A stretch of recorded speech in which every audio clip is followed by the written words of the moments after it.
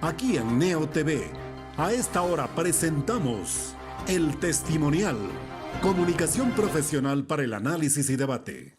Saludos amigos del país, saludamos a esta hora al doctor Mario Paredes, él es profesor en la Facultad de Ciencias Médicas de la Universidad Católica Santiago de Guayaquil, es médico de profesión y con él vamos a examinar qué está pasando con la vacunación y la pandemia en el Ecuador. Estamos avanzando a buen ritmo, batiendo récords diariamente, según lo reportan desde el Ministerio de Salud. ¿Qué opinión tiene Mario? Bienvenido y muchas gracias por estar en nuestro programa. Muy amable, muchas gracias a todas las personas que ven este blog, ¿no? En todo caso, pues sí, hay que considerar el hecho de que en algún momento cuando inició la campaña de vacunación, pues no parecía estar arrancando, ¿no? Por una serie de situaciones.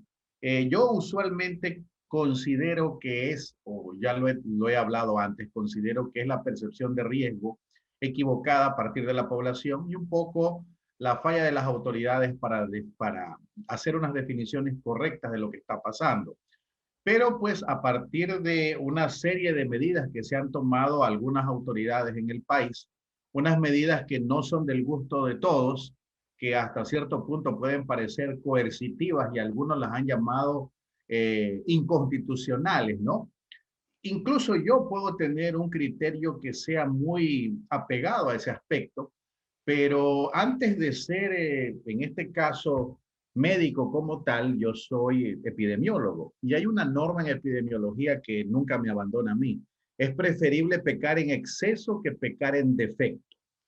Entonces, en salud pública, cuando usted no peca en exceso, puede cometer algún error por omisión. Y cuando por defecto peca y no hace las cosas como las debía hacer, también puede cometer grandes errores. Y el problema es que en epidemiología, usted no afecta a una persona, sino a una gran cantidad de personas.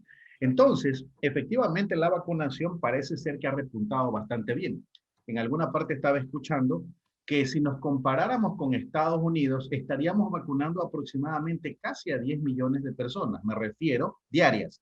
Me refiero a la proporción de habitantes entre Estados Unidos y algunas ciudades, por supuesto, porque esta iniciativa no se ha dado a nivel de todo el país, sino más potencialmente se ha dado a nivel de Guayaquil, a nivel de Quito, y ahora sé pues que en la provincia del Oro también se está empezando a vacunar de manera masiva. Mario, la pandemia vino a quedarse, el COVID está aquí con nosotros y se habla inclusive hasta de una tercera dosis que se requeriría, no determinada todavía por la ciencia médica, pero estamos todavía tratando de cumplir la primera gran etapa que es la vacunación. No sabemos cuántos, usted Mario me sabrá precisar cuántos ecuatorianos tendremos que estar vacunados con doble dosis para estar relativamente dominando la pandemia, pero estamos aquí esperando que la pandemia se vaya y va a ser difícil. No sé qué apreciación científica tiene usted, Mario. Bueno, básicamente las pandemias o las epidemias causadas por virus históricamente se han autolimitado. ¿Por qué es esta situación? Porque el virus es un organismo, es un ente biológico, no es un ser vivo. Entonces, el virus necesita, como un parásito, ingresar al organismo e ingresar a la célula de las personas. Justamente un mecanismo de adaptación y de resistencia viral, es decir, para evitar extinguirse, es el mutar. Y cuando el virus muta, es que se producen esta serie de nuevas variantes, como las que hemos escuchado, la alfa, la beta, la delta y la delta plus que La tenemos andina. ahora. Exactamente, la andina, la india, ¿no? Etcétera, etcétera. Sí. Entonces, este tipo de situaciones son las que nos llevan a nosotros a pensar que efectivamente en algún momento, amén de que empecemos, como usted bien indica, esta primera fase, que es la vacunación, cuando alcancemos la inmunidad de grupo, que ese es el concepto directo, no inmunidad de rebaño, porque eso tiene otro tipo de connotación, inmunidad de grupo como población, ¿Cuántos? estaríamos hablando, cuando podamos superar el 70% de la población ecuatoriana vacunada con las dos dosis de la vacuna que sea, porque, y permítanme aclarar, esto es algo que es necesario aclararle a la población. Todas, absolutamente todas las vacunas son válidas. Okay. Hay estudios que refieren que el riesgo o el beneficio potencial en lugar del riesgo de no vacunarse es muchísimo mayor. Es decir, porcentualmente, estadísticamente, es mucho más beneficioso vacunarse que no hacerlo, independientemente de las razones que esgriman las personas, sean o no científicas o por convicción. Entonces, en el momento en que nosotros alcanzamos un rango de vacunación, un rango alto, 70, 80%, básicamente nosotros estamos volviendo o haciendo un escudo protector a las personas que no se han vacunado. ¿Por qué? Porque el virus trata de quedarse en alguna persona, pero si ya está vacunado, la capacidad de transmisión es menor. La posibilidad, eso sí, de que se produzcan nuevos casos, fallecimientos y agravamientos no se da precisamente en las personas que, no están, que están vacunadas, sino más vale en las que no están vacunadas. Este debería ser un argumento que los llevaría o los debería llevar a convencer a la mayor parte de la población de vacunarse, de 12, apoyar 12, 13 millones entonces. más o menos, entre 12 y 13 millones de ecuatorianos necesitamos que se vacunen. Necesitamos cerrar la brecha de la vacunación. En este momento tenemos una brecha, tenemos una gran cantidad de personas vacunadas con primeras dosis, pero nos está faltando que esas mismas personas accedan a la segunda dosis y continuar convenciendo con la estrategia que sea definida, pues no, en este caso con las estrategias a partir de las autoridades, con el objeto de que las personas accedan a este derecho, que es una medida preventiva como la vacunación. Mario, ¿pero es necesario un refuerzo, una tercera dosis? Es lo que se ha estipulado y lo que se ha indicado a nivel de prensa, sobre todo de las farmacéuticas. Organización Mundial, Organización Panamericana de la Salud y los Centros de Control de Enfermedades de Atlanta e incluso la Agencia Europea de Medicamentos no parece estar de acuerdo con este argumento. ¿Por qué? Porque incluso en este momento muchas personas que se infectaron con la primera ola, les recuerdo, la primera ola fue más o menos aquí en el país fue en los meses de marzo, abril del 2020, ¿no? Digamos que esa población se infectó con la cepa original, desarrollaron algo de inmunidad natural, que ha sido reforzada con la primera y con la segunda dosis.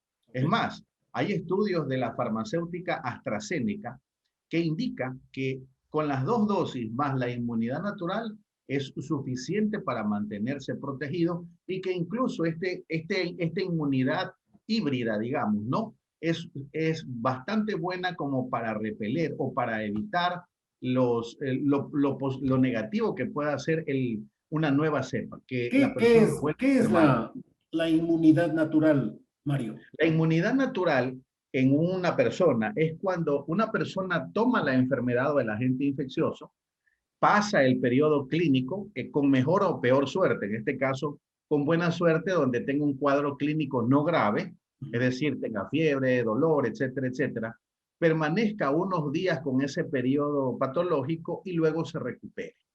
Entonces, el organismo aprende a defenderse porque su sistema inmunológico ya recibió esa injuria momentánea que es el virus. Entonces al paciente lo encontró fortalecido, con buen ejercicio, con buena salud, tomando el sol diariamente. No necesariamente, pero o sea, los sistemas inmunológicos en cada uno de los individuos son totalmente diferentes, ¿no? Yo tengo que agregar a esto que probablemente mucha de la mortandad que tengamos ahora a nivel mundial se debe a las condiciones sociosanitarias, a la alimentación y a los diferentes aspectos socioambientales que dan a la persona. ¿Por qué? Porque hay que reconocer también que los seres humanos, en este momento, cuando nos llegó la pandemia, estábamos como humanidad teniendo algunos otros tipos de pandemias, hipertensión, obesidad, el fumar demasiado, el tabaquismo, alcoholismo, drogadicción. Entonces, todo esto ha ido haciendo mella en el sistema inmunológico general de la población.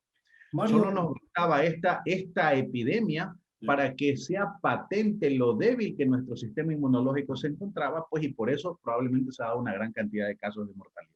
Mario, desde su formación científica, ¿qué recomienda para fortalecer, para desarrollar esa capacidad inmunológica? Digo yo, desde la ingesta vitamínica, desde la ingesta de alimentos especiales, el ejercicio físico, como lo citaba. ¿Qué recomienda el epidemiólogo? Bueno, básicamente se recomendaría un cambio en el estilo de vida. En este caso, una alimentación más sana, con menos grasas saturadas, con una menor cantidad de carbohidratos, con una mayor cantidad de proteínas, ¿no? Ya. La suficiente y adecuada luz solar, tanto sobre el organismo para el desarrollo de vitamina D como dentro del hogar, un hogar aireado, un hogar limpio, ejercicio por lo menos 30 minutos diarios Correcto. durante la semana. Estaríamos hablando de 150 minutos durante la semana, en cualquier momento del día, mañana, tarde, noche, Ok. ¿no? Y en este caso, pues, alguno que otro suplemento vitamínico, obviamente prescrito y recomendado por el médico. Y por cierto, pues, en este caso, la actitud, porque la actitud, independientemente de todo, también nos ayuda en el espacio de mejorar nuestro sistema inmunológico. Si bien es cierto, pues con este nuevo cambio de gobierno, con este cambio de gobierno y con estas situaciones positivas, como es, por ejemplo, la vacunación masiva, vemos una suerte de repunte en la economía y esto pues mejora el ánimo de las personas. Claro que sí. Entonces, si nosotros logramos estos objetivos que se está trazando a nivel del gobierno de mejorar en la vacunación de las personas, en un tiempo más breve, podrá ser mucho mejor la reactivación de carácter económica y la recuperación de empleos, que obviamente el sentirnos ocupados, el sentirnos productivos, también mejora el sistema inmunológico. Ahora, Mario, con la inoculación, con la vacunación, para llegar a esta inmunidad de grupo que usted recomienda, 12, 13 millones de los habitantes ecuatorianos que hoy recibimos, y hablo en general, recibimos la vacuna en centros de estudio, no podemos estar siempre acudiendo a esos centros de estudio porque algún rato van a volverse operativos y los alumnos van a ocupar esos espacios que hoy están destinados para la vacunación. ¿Por qué hago esta introducción, Mario? Porque como es una pandemia, le pregunto al científico como usted, al epidemiólogo, ¿no tendremos que en algún momento empezar o continuar recibiendo la vacuna, quienes no lo han recibido todavía, en centros hospitalarios, en farmacias privadas? ¿En dónde tendremos que hacerlo? Porque la pandemia no se va a ir de la noche a la mañana, ni tampoco vamos a avanzar a vacunar a toda la población, como ese sería el éxito final, ¿no?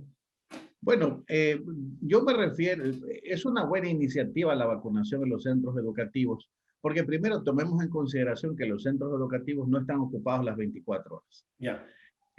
Si le dijéramos a la población que concurra a las unidades de salud, a los hospitales, a los centros de salud, para mí no sería una medida muy adecuada. ¿Por qué? Porque las unidades de salud, los nosocomios, quiérase que no, son espacios altamente infectados por otro tipo de virus, bacterias, ¿no? Entonces, el ambiente no es lo suficientemente conveniente ni seguro, no es bioseguro para la gran cantidad de población. Entonces, podríamos, por ejemplo, cambiar la estrategia. Podría ser utilizada de manera mayoritaria como mingas de vacunación, por ejemplo, los fines de semana, los sábados, los domingos.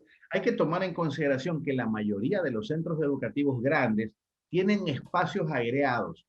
El virus no sobrevive a las corrientes de aire abiertas. No tiene la forma de fijarse. Es decir, si yo tengo un espacio abierto y manejo una logística de vacunación adecuada con la suficiente distancia social, el uso de la mascarilla y todas las medidas de bioprotección, no tengo mayor inconveniente en seguir utilizando este tipo de alternativas. Lo digo, bien puede ser el fin de semana o una unidad educativa que funcione en la mañana, pues puede ser un vacunatorio en la tarde. Todo es cuestión de adaptarnos como sociedad a continuar este tipo de medidas preventivas, ¿no? Entonces, si en algún momento llegamos nosotros a la vacunación en segunda dosis, como le había indicado, de un 70-80% de la población, 12 millones de habitantes, pues tendríamos que hacer igualmente una evaluación, tanto en nuestro país como en los otros países vecinos, para ver cómo sigue evolucionando, porque la idea es que en algún momento, no solamente, y el problema es que estamos tan interconectados, no somos una burbuja. Entonces, lo que es conveniente para mí también es conveniente para el vecino. Claro, Es decir, no claro. me refiero solamente a la ciudad de Guayaquil, me refiero a todo el Ecuador, me refiero a Latinoamérica, me refiero al mundo, Sí, ¿no? señor. Entonces, por ejemplo, mire, tome en consideración los casos que se han reportado de la variante Delta son provenientes de Europa, específicamente de España. De España. Y eso ha llegado en los vuelos, ¿no? Entonces, nosotros no podemos ser una burbuja desde el punto de vista económico-social. La especie humana no funciona de esa manera. Ahora, Entonces, con la experiencia que tenemos, Mario, a esta variante Delta que llegaba desde Europa, ¿la pudimos haber detenido en los aeropuertos y no pudimos? ¿Nos sí, descuidamos o qué? sí, siempre y cuando se hubieran armado equipos de respuesta adecuados al ingreso de las unidades. Claro. Pero no solamente me refiero puntualmente al ingreso por vía aérea. Recordemos que es por la provincia del Oro donde tenemos una mayor cantidad de casos. Entonces yo podría emitir una hipótesis e indicaría que probablemente gente que viene desde el Perú probablemente pudo haber ingresado también la variante. Es decir, nuestro control de fronteras debe ser integral. Equipos de pronta respuesta con el objeto de hacer pruebas de tipo PCR, pero también secuenciación genética para poder determinar de manera muy puntual qué tipo de variante tenemos. La persona viene del extranjero, se le hace la prueba, se le pide todos los datos, en 24, 48 horas se establece la secuenciación genética, se identifica a la persona, ya sabemos que está en un determinado domicilio, procedemos a realizar cercos epidemiológicos y otro tipo de medidas. Eso, en mi criterio, es lo que parece ser que nos ha faltado, porque lo que hemos hecho es una cuestión de carácter burocrático. Regresan del país, le preguntamos si tiene la prueba de PCR, revisamos su pasaporte o si tiene el carnet de vacunación y nada más. Y el que está sintomático se lo vigila un poco, etcétera, pero no. Es decir, ese tipo de respuesta mucho más incisiva es lo que faltó en mi punto de vista. Yo le decía que en algún momento los centros de estudio tendrán que abrir la puerta a los estudiantes, a los educandos, ¿no es cierto? Y no sé si terminemos, hasta cuando retornen los chicos a clases, no sé si terminemos toda esta etapa de vacunación masiva, Mario. Es cuestión de que se pongan de acuerdo tanto el gobierno como el Ministerio de Salud y el Ministerio de Educación. Tomemos en consideración que a partir de esta semana, la población universitaria en Guayaquil empezó a vacunarse en los centros educativos. Y tengo también conocimiento, me parece que es una de las últimas noticias de parte de la señora ministra de Salud, que vamos a empezar la vacunación a partir de los 12 años. Entonces estamos hablando de por lo menos el nivel previo a entrar a la universidad, es decir, el nivel de colegio. Correcto. Prácticamente sería el que estaría empezando a vacunarse.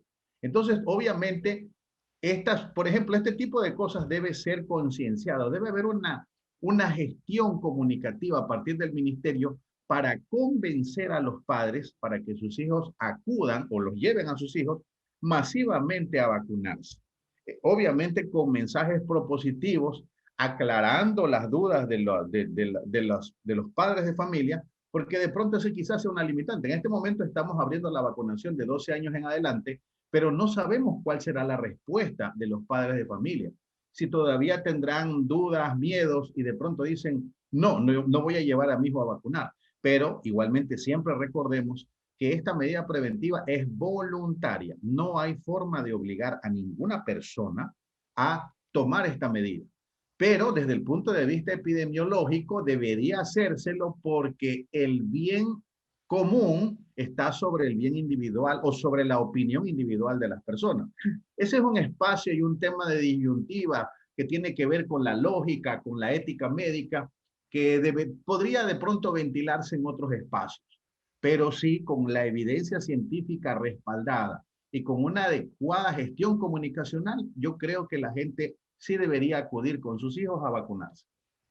Sí, y usted trae a colación un tema que publicó ayer el diario El País de España, que le titula a la nota de prensa La crisis del coronavirus.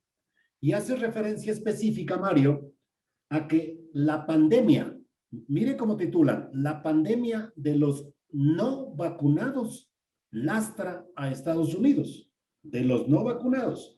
Dicen que el número de casos nuevos se dispara en un 70% en una semana. la Casa Blanca, la sede del gobierno norteamericano, pide a las redes sociales que luchen contra los bulos sobre los efectos secundarios de las inoculaciones. Lo que quiere decir entonces, Mario, que estamos dejando una pandemia, pero estamos aproximándonos a otra de los no vacunados, precisamente donde usted lo que señalaba, ese nivel de responsabilidad social que tengo yo frente al vecino, frente al pariente, frente al familiar, de estar vacunado precisamente para favorecer una política sanitaria familiar y luego que se desagregue hacia el resto de la sociedad.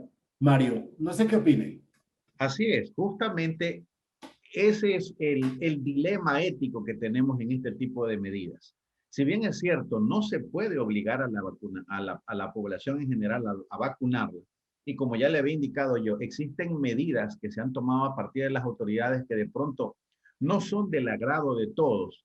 Si yo pienso en el público en general, mi decisión siempre va a estar afincada a que se vacune la mayor cantidad de gente. Como individuo puedo tener resistencia, pero la resistencia está ligada bien a la ignorancia sobre todo y a algo que usted ha comentado, que son los bulos. En epidemiología se ha acuñado un término no de ahora, sino de antes, se le denomina infodemia. Es la gran cantidad de información falsa que está circulando por internet y las redes que se ha vuelto una avalancha incontenible y que mucha gente consume, ¿no? Eso también tiene que ver mucho con lo que yo también le indicaba hace un momento, que es la gestión comunicacional en salud, que debe ser agresiva. Por ejemplo, no sé si habrá cambiado la ley de comunicaciones, pero uno de los artículos debería ser que el gobierno pueda intervenir en los canales, sobre todo en los canales de difusión, me refiero radio, televisión, Correcto. sobre todo en los espacios de prime time, para meter en ese momento cuñas comerciales cortas, directas y precisas para que la gente pueda acceder a esta información, Exacto. no necesariamente por internet, por redes sociales. ¿Por qué? Porque hay que reconocer que hay mucha televisión de poquísima calidad, Exacto, que aporta muy poco e incluso esos programas tienden en algún momento a volverse amarillistas en el sentido de colocar noticias falsas o no confirmadas justamente en relación a esto. Entonces, exacto. esta es otra forma por la cual el gobierno podría ayudar, llegar a los sectores mayoritarios en ese aspecto con un plan de gestión comunicacional adecuado. Y vamos a lo en serio, porque parecería broma. En Estados Unidos, sorteos de $1 millón, becas universitarias, cerveza, donuts, marihuana de regalo, carreras de Uber gratis para acudir a las farmacias. Así Las es. autoridades norteamericanas están desesperadas precisamente por conseguir un buen ritmo de vacunación que no atasque con ese grupo de población que se resiste, Mario. Exactamente. Eso tiene que ver también, y esto no es de ahora, es con la comunidad antivacuna, con la comunidad que se resiste absolutamente a todo. El problema es que la humanidad o la sociedad en sí no aprende de lecciones viejas. Por ejemplo, desde hace aproximadamente unos 10 años atrás, en epidemiología venimos rastreando nuevos brotes de enfermedades reemergentes, no emergentes, no nuevas, sino reemergentes. En Estados Unidos y Europa, difteria, tosferina, tétanos, enfermedades que ya prácticamente se habían eliminado de estos poblados llamados del primer mundo, pero justamente por la falta de información, ¿no? Y este sembrío de bulos informáticos en la comunidad antivacunas hace que muchos padres no vacunen a sus hijos con el esquema de vacunación que ha trabajado bien durante toda la vida. Entonces, esto empezó a producir una serie de casos reemergentes de este tipo de patologías y se afincó mucho más justamente ahora a nivel de la pandemia. Encontraron nuevos argumentos los movimientos antivacunas. Debemos luchar francamente contra la ignorancia, porque eso es un espacio de ignorancia. No es un insulto, sencillamente las personas ignoran, no conocen, no saben a ciencia cierta lo que es correcto, Por lo tanto, si usted no conoce a ciencia cierta lo que es correcto, no puede diferenciar lo correcto de lo incorrecto y no puede tomar una decisión adecuada.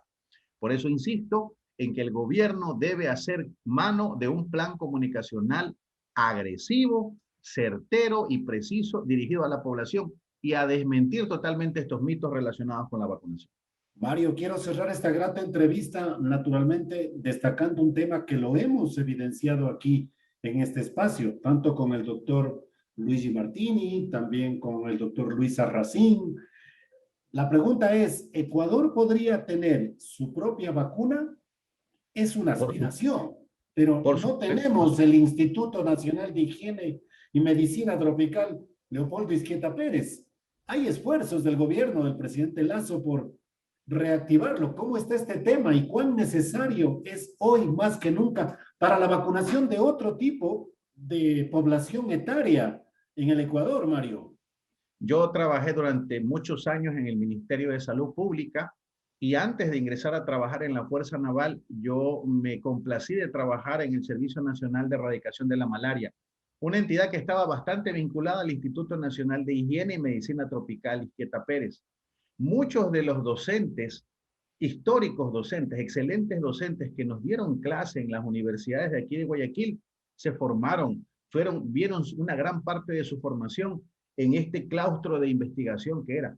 ¿Qué producíamos? Nosotros producíamos suero antiofídico, vacuna antirrábica, una serie de vacunas que incluso fuimos premiados a nivel de Latinoamérica y del mundo, que lamentablemente por malas decisiones políticas y de políticos que no vale la pena ni recordar y peor mencionar, lamentablemente tiraron al trasto absolutamente a la basura todo lo que se construyó con años y años.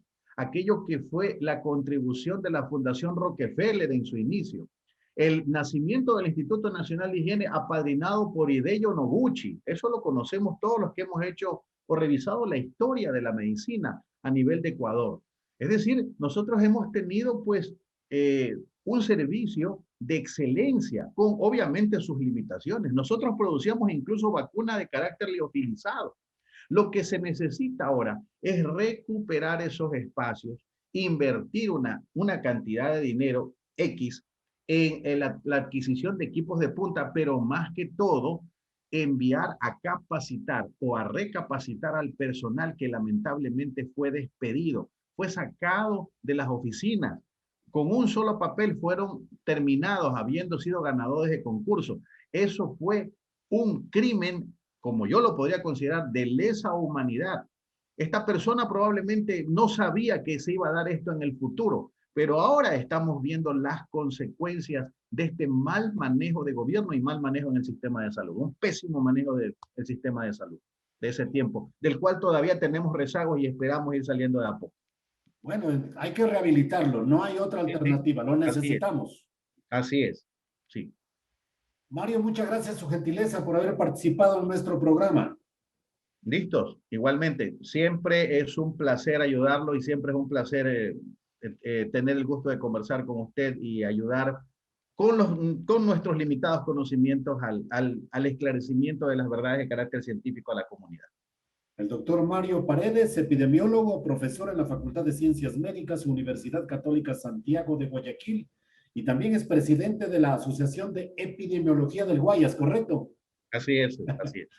Mario, la mejor de las suertes. Hasta pronto. Muy amable, muchas gracias. Buenas tardes. Hemos presentado el testimonial Transparencia de la Verdad. De lunes a viernes desde las 18:30.